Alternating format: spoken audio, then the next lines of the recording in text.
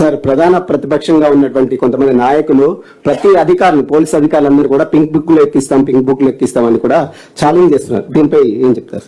నేను ఆల్రెడీ ఒక TV channel చెప్పినానండి, మాకు pink book, blue, red, white అట్లా ఏముండదు. మాదంతా ఓన్లీ కాకి బుక్. కాకి బుక్ అంటే సిఆర్పిసి, ఐపీసీ చట్టాలతో ప్రకారం పోతాము. ఆ కాకి బుక్ అంటే అన్ని కలిస్తే కాకి బుక్ అవుతుంది. ఇదే మాకు తెలిసిన కలర్ కానీ మిగతా కలర్ సంబంధం లేదు. So thank you very much.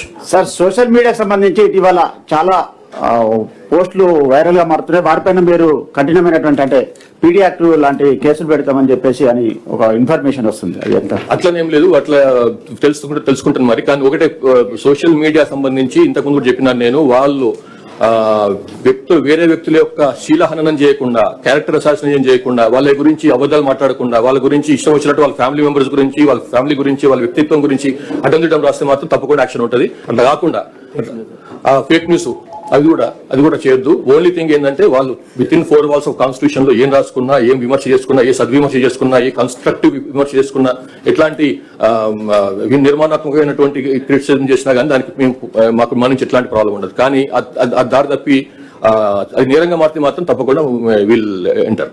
Thank you very much.